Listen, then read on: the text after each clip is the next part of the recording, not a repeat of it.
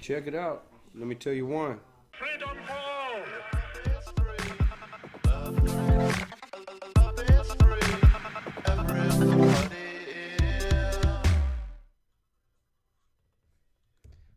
What is up, my MMA brothers and sisters? Welcome to another episode of Let's Talk MMA, and welcome to Rated 101's channel. And by the way, I don't mention it often, but rated101.com is obviously a website where fighter apparel is at, Muhammad Ali collection, and soon CBD MD will be on there as well. So, always good stuff, always growing stuff. Now, ultimately, I think if you guys feel like I do, I want some UFC in my life. And it's been a little while, and out of all the topics going on right now, I think everything is ramping up for next week. So not this Saturday, but next Saturday is UFC 246, and obviously we're going to see Cowboy Cerrone versus Conor McGregor. Now, with Cerrone, we kind of know, well, before I say that, before I go into all of that, because I'm kind of excited to break this down, I just wanted to quickly let you guys know that I started a 6-week challenge. It's basically a workout routine, diet, so on and so forth. So hopefully this face that you see will start to slim down. But in doing so, I just have to tell you and try to relate to you. Whether you're in decent shape, I feel I was in decent shape, but still not really working out. Fitness and working out, as hard as it is, it makes you feel so good. So I've only done 2 days. I love how I'm feeling. I get to feel my muscles and all this stuff. So it's a new year. So whatever you feel is going to make you better, I'm just here to tell you, start. Do it. Whatever that is, start and do it. All right. So let's get the show on the road. Now, as usual, let me go through the main topics here. And hold on a second. Let me go through the main topics here. That way we can get it out of the way. Put down all of your questions or comments based on this. And then at the end, I'm going to go through all of the comments. Cool? So, next week, UFC 246. So, with Cerrone, I feel like we already know what we're going to get. He fights often. He's always training, living his life. And he's going to come in and just kind of give us what he typically does, is the best version of him at that time. Now, I think a lot of these things, I'll just kind of talk slightly on Cowboy. A lot of people have been like, oh, I don't know. It was like an easy fight. Even like last time we talked about him taking a fall and this kind of thing. Look, he's an MMA fighter. He's been for a very long time. He's got a lot of skills, and he has ways to win. But Conor is just truly, a gifted fighter. I usually talk crap about him because I usually go against him or whatever. But that doesn't take away the fact that he is a high-level mixed martial arts, high-level fighter. So with Cerrone, I think we already know what we're going to get. So he'll show up, give it his best, right? Hopefully with a good game plan and all that. Now, there was an interview that just went down with the Mac Life. So that's obviously Conor McGregor's company or whatever. And not that these questions were set up freehand, who knows, but they were decent questions. They asked relevant questions that us fans would like to know. And so what I got out of it, if you guys remember my Nick Diaz, I'd love to read between the lines, because what these interviews happen and what these fighters say, a lot of times, yeah, could be the truth. Some is not going to be the truth. And then there's hints at where their mindset is at and what their plans are. And with this one was no different, because Conor, I feel like UFC has humanized him. When he went up on this rise, UFC not only was in the process of about to sell, and he was making so much money, and Rousey was in a way kind of getting out, so it's like they were losing that star, and so they put all their money in Conor McGregor, and Conor McGregor made wins happen, made knockouts happen. He made big events. And that's when Conor, right, he had the fight with Mayweather. They allowed him to do that. But he just got to this level that I don't feel, and I'll say Dana White because Dana White is the UFC, but I just feel that Dana White or UFC, whatever, was like, look, he's so big right now. and now he's asking for a portion of the company. He wants in a piece of the pie of the company. He wants to cross promote McGregor promotions, all of this stuff. But right after that, what happened? He got into these mishaps, stuff like that. So I feel that UFC, Dana White, whatever, was like, look, you're just another fighter. We're going to pay you well, but you're not going to just do whatever you want. There's a division, obviously they give him favoritism. That hasn't gone away, but they got him to this point where he's just like, I'm going to fight, put whoever in front of me, and he just sounds like all of the other fighters. I don't really have a say that much. I mean, he does, but I'm just going to do whatever fight I get, and I'm going to keep on going. So it was interesting that within that interview, he was talking about politics, which is obviously the politics within MMA. And really quick, sorry, I didn't even change over. I got too excited here. Here you go. And my question for you guys, Leanne, what's up? Good to see you. What do you take from this interview? I assume you guys probably seen it. If you haven't, definitely check it out. So, you can take this with you. So I got a few notes here. Let's just kind of go through it and make sure I hit all the points. So one of the first questions was Conor at 170 and why. So what's fairly interesting is he didn't really talk too much about, well, my plans are here at 170. He obviously mentioned he wants gold, 155, 170. So he did say that. And he got brought up the question of Jorge Masvidal. And I thought he was going to say, I'm coming after that guy, something along those lines to really stamp this fight is going to happen. He didn't, he kind of, if anything, was like, I don't care that much. That's a silver belt is what he called the BMF belt. And I want gold. The Kamaru, he said Colby, so he definitely planted himself in 170, but if you saw a recent interview with Jorge Masvidal, he was like, hey, yeah, you're not going to get to them until you get through me, which was very telling because this is one of my main points that I'm going to talk about today and why I love this freaking sport.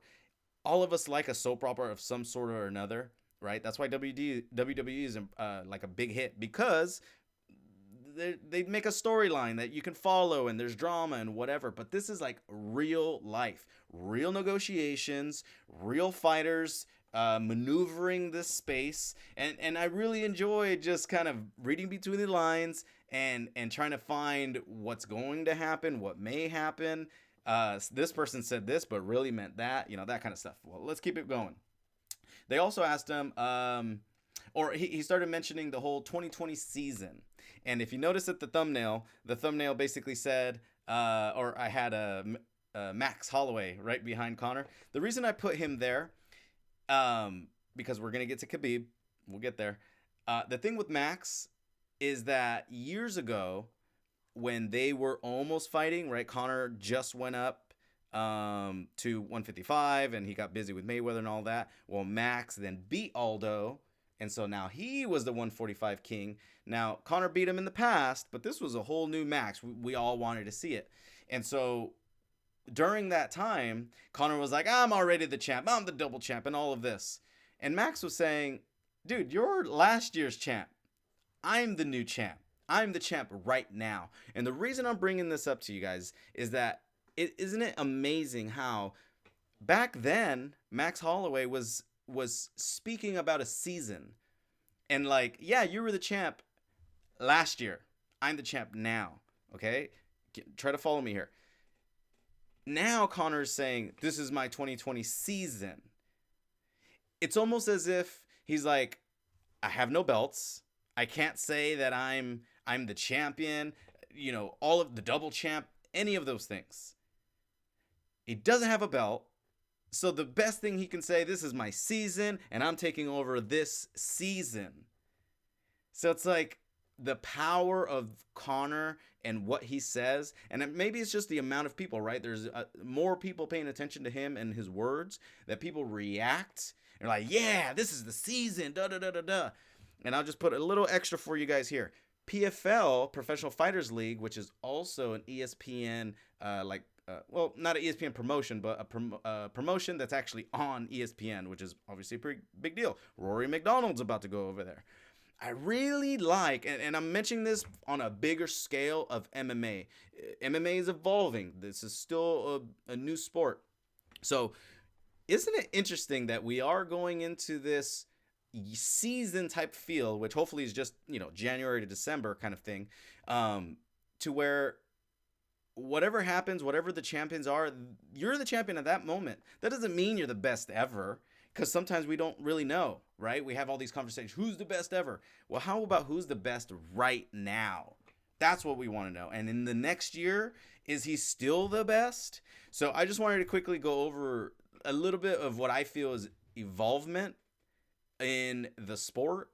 And I feel like PFL, that's exciting. There's not a lot of fighters that I follow there, so it was just more exciting at the end, I guess. But imagine if you had some recognizable names in the PFL, and then it's the season, the beginning of the season, and the best fight the best, or whatever, and we find out at the end, because everyone fought through everyone.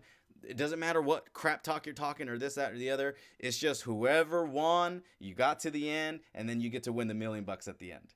So just a little shout out there for PFL, but also main shout out is of what I'm trying to say is Conor McGregor's words are powerful, right? For him to say 2020 season when back then it was like, nah, you ain't the champ no more. But he was, nope, I'm the double champ, even though he didn't beat Max as a champion. So interesting thought there. I'll leave that alone. I feel like I can talk forever about that. Let's talk about Justin Gaethje really quick. So Justin Gaethje was brought up in the interview, and even that was something that, how would I say this? He accepted way more than talking about 170. So let me give you my 2 cents of how I think Conor is planning this year. And what's crazy is with Conor, win or lose is going to change the year. The matchups are going to vary. So let's pretend he fights Cowboy and wins. It sounds like he might have that Jorge Masvidal fight, but it didn't sound like he was excited about it. He said he might be next, Justin Gaethje. That Justin Gaethje might be next, because when I get to Khabib, that's going to be the grand prize. So just bear with me. So that tells me he knows he might not get the rematch with Khabib. Khabib needs to sign the dotted line. If Khabib don't sign that dotted line, there ain't no fight. And guess what? You guys already fought, and bad camp or whatever excuse you want to make, because either way, you had the opportunity to come and win, and you got beat. You got submitted, right? So, not that I wouldn't mind seeing it again, but I kind of feel like I kind of saw it already. Now, if Conor, knocks out Cowboy like first round, like, oh, damn, that left hand is still there, then maybe he might get some of that magic going on. But this is another part. Let me continue with the interview part. He was talking about the last camp and how it was bad, right? And Khabib is trembling and all this stuff. So it seems that his target is Khabib. His target is ultimately Khabib. The whole 170 thing right now is just so he doesn't have to lose the weight, which I think may be a mistake. Now, you've seen the recent pictures of Conor. He's bulky. He's looking good. But guess what? More muscle equals you're going to get tired, right? Because all that muscle needs the energy. So you might be not cutting, but does that mean he's not running as much? Does that mean he's not doing his conditioning as much? Here's another thing. I saw the John Kavanaugh interview also, and he was talking about how we're just providing a space around Conor so that he can train, and he knows more about MMA than all of us. Da da da da da. I've just never heard that before. I mean, you would have to figure that fighters definitely know a lot of things that coaches may not. But there's a communication there, right? There's going to be a lot of things that the coach is going to look at. Like, let's say you're the fighter, you whoever's watching. If your coach is watching you, he's going to see things that you're doing right, and he's going to see things that you're doing wrong. you're not always going to know that because you just figure you're doing your best and you're doing well. That's what your coach is for. He's your extra set of eyes. Hey, I don't like this. We're going to do that. And so for John Kavanagh to say, you know what, it just, we build a camp around him and all of that. That just tells me Conor is having it his way. And if you're having it your way, that means you're surrounded by yes men. People that just say, yes, sir, right away, sir. He says jump, you say how high. So who knows, right? Maybe he comes in and starches Cowboy and it doesn't really matter. Maybe the way he trains is something we're just not used to. Very possible. But that just even a taste of not being humble. How are you not humble enough to have your coaches kind of guide you on what you need to do? It's just very interesting. That's what got him to the dance in the first place. That's how he became double champ, is by John Kavanagh running the training show. But then homeboy got too big for his britches. So it's just crazy. Again, I love this stuff because it's real life drama, right? We all kind of like it. We all love drama one way or another, but this is real. This isn't fabricated. This ain't no show. And this is a real interview that he gave. So let's go to probably the main thing about this. Hold on one second, guys. And it is, hold on a sec. It is Khabib. So Khabib is ultimately our focus here. So Conor at 170, maybe there's a Jorge Masvidal. I think if he does well, maybe he'll go ahead and try to challenge for the belt so he can try to get that belt. That means he would have 3 belts overall, 145, 155, 170. So that's got to be an ultimate goal. But at the same time, where Conor is best, in my opinion, is 155. If you saw him versus Eddie Alvarez, he looked like a world beater. Like he could beat anybody. So his target being Khabib, and it very much so, he's trembling. Comment below. Do you really think that Khabib, who already beat him, is trembling? So this is where I want to now focus the conversation on, because this is where it's going to get really interesting. He wants that fight. Now, Conor is probably going to have to fight Justin Gaethje, because then that Justin Gaethje is a contender that is, in my opinion, and probably a lot of your guys' opinion if you guys follow this, in a higher ranking than Conor. Conor's been out of the game. There's plenty of reasons why. So if he beats Justin Gaethje, he got that out of the way, and it really just be like Tony Ferguson. But if Tony Ferguson wins versus Khabib, that might change things a little bit. But anyways, where I find the entertainment is if, let's say, Conor wins versus Cowboy, right? And he does have his sights on Khabib. That's his ultimate goal, is what I say right now. That's his main goal, to beat Khabib. If Khabib is like, no, I got this fight with Tony Ferguson, and then I'm going to do Ramadan, and then at the end of the year, who knows? At the end of the year, all of the puzzle pieces will shuffle, right? So that means if you want to be active, Conor, then you need to continue to fight, right? Your prize doesn't want to fight you, right? So that's where it's... And it's kind of going to mention what I mentioned before. Are Conor's words really that powerful to you guys, to where Khabib is trembling? Maybe there's just the bigger bulk of people that just take that headline and create some stuff. But the fight already happened. You lost. So unless Conor can get through Justin Gaethje and Tony Ferguson, then no one is left. And yeah, the rematch makes sense. Otherwise, I don't care to see it, because I want to see Tony Ferguson and I want to see Justin Gaethje versus Khabib. Those are the contenders. Those are guys that have been training, have been on track, and will probably give Khabib a harder fight, right? Ultimately, I think that's all that I really have on this particular topic. it was super interesting to kind of hear, just as if anyone is talking, there's mannerisms, right? The words that they choose, the way that they're using the words. And I love following the science behind that, just mannerisms and body language and all that kind of thing. Vocal tones of how people talk. So for me, I do enjoy that. So to kind of break down, I think it was like an 8-minute interview. I got so much out of it. But again, it only excites me even more for UFC 246 next Saturday. But let's get here to your comments, and then we'll get you guys out of here. So let's see. All right, so leave your comments now. Luke Thomas said before that, and this is Leanne. Luke Thomas said before that Conor can come in and underperform, and he still will beat Cowboy easily. Well, I think he probably shied away from the easily part, but I think what he's trying to say is ultimately true. A Conor that isn't at the top of his game, like again versus Eddie Alvarez, he's still an amazing fighter. There's zero doubt about that. He is a smart fighter. Now, if he could still crack with that left hand, and I say still because at 170, I wonder if he still has the speed and pop since he's bulked.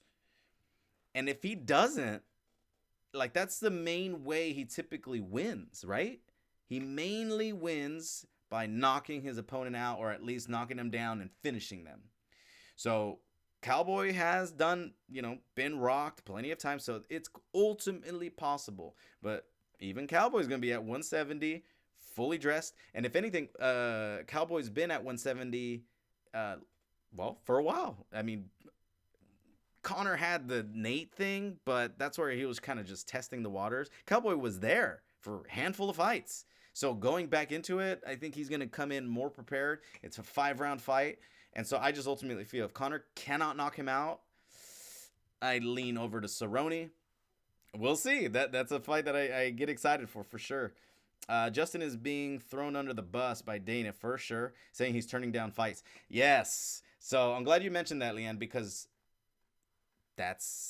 he says one thing, and what that means is this is my excuse to why everyone shouldn't really be talking about that.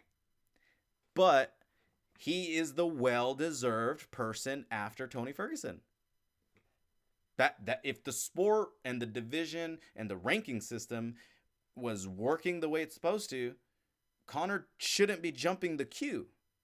But Dana is crossing his fingers, all of his fingers and his toes, to have Conor win this fight and just push for the biggest pay-per-views, the biggest fights that he could possibly make, because it's all about the money. So knowing that, we know his motivations and why he's throwing Justin Gaethje under the bus. But that's why Gaethje is making a bunch of noise to try to get in there. It sucks that this is the game that they have to play, but that is the reality. Let's see here. So John is not trading Conor anymore by the sounds of it.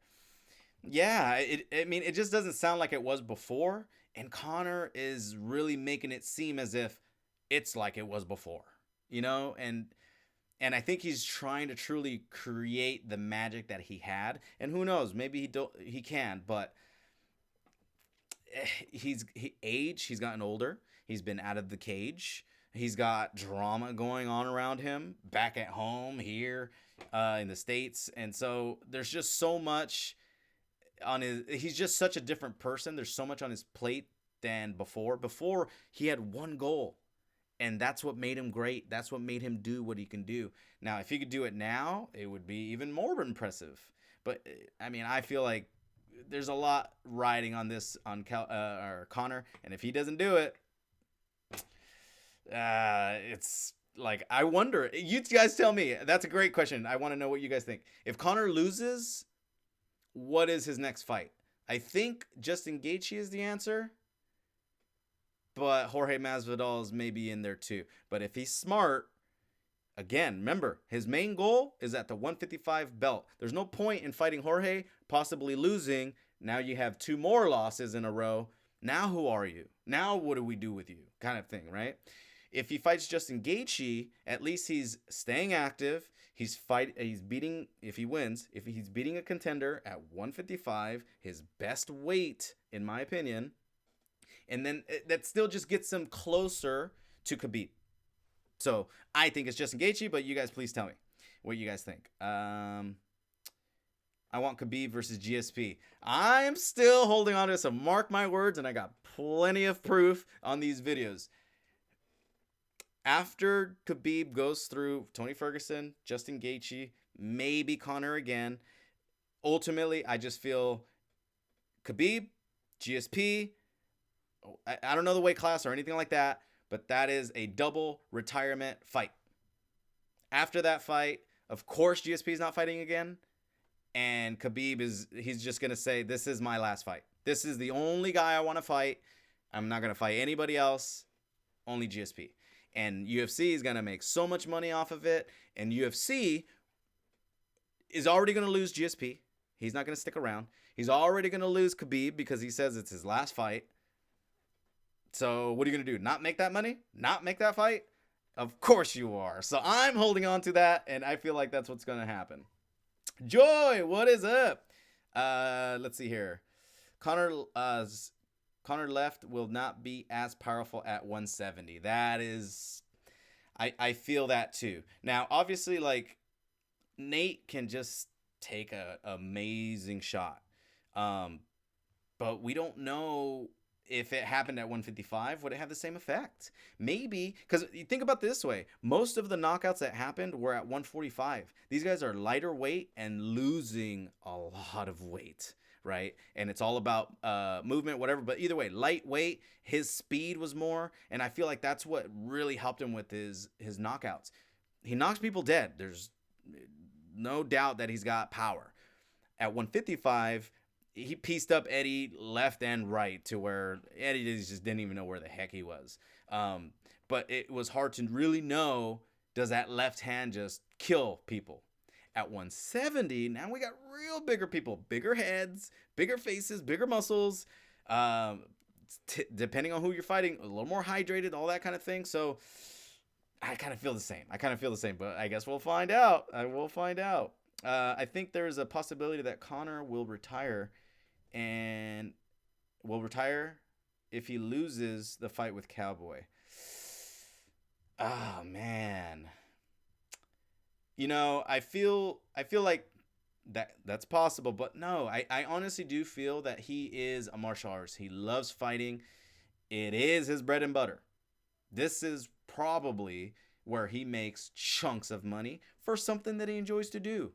Now, his name, his brand, there's a lot riding on it, right? So he can't continue a losing path. But I feel that at the very least, he's dedicating himself to this year and whatever happens. So even if Cowboy beats him, maybe his next fight is at 155.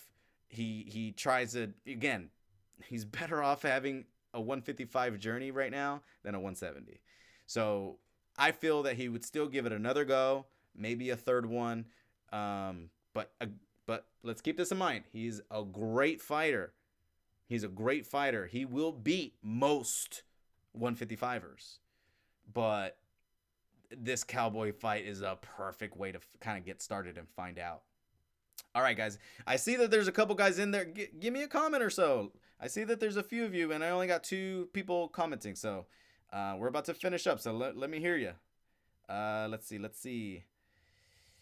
Leanne, I think Donald's, Cerrone, BJJ could make the difference in the fight. Great thing to bring up. Thank you. Game plan. Let's talk game plans. So we'll probably talk about this next week again, but I'll keep it short. Obviously with Conor, what does he usually do? He throws out a teep kick. He's done a couple different kicks, but he always confirms his space. Space, movement, and accuracy are his biggest attributes. Now, a lot of people have said, oh, well, his cardio is not that great. It's not as great compared to the best, but he can get through if he kind of has a pace that he can kind of manipulate. With Nate, he was okay against the fence, and then he'd circle out, get some distance, collect himself, and boom, boom, boom, and just kind of do it that way. He ran. It's the way I kind of recall it. So I feel that Donald truly needs to, early on, just try to take him down. Just take his energy bar down a notch. That will at least minimize those initial shots that he has. Those initial shots that Conor has will be powerful, right? He's going to keep his space where Donald, he doesn't really push forward much. So I feel like stand-up wise, Cerrone doesn't want to play there too much. If he can try to get some kicks off, maybe, but at the very least, don't even stand up with him for the most part in the first 2 rounds if possible. First round for sure. Take him down. Grapple with him. Grab him. Leg kick his calf kick, from afar. That would probably be a definitely good strategy I'd like to see. So yeah, but the ground needs to happen, and I feel that if it happens early, he can continue that. Cowboy can continue that later on. He might have more success in stand-up, and then he might be able to get it to the ground and finish him. So yes, I like that. Donald is one of the best kickers in the UFC. He is a hell of a kicker. That calf kick. So a calf kick, if you think about it, especially with someone versus Conor has a wide stance, right? He kind of stands sideways, and his legs are spread out quite a bit. When that happens, that means that Cerrone in this case, the closest thing he can hit is the front leg.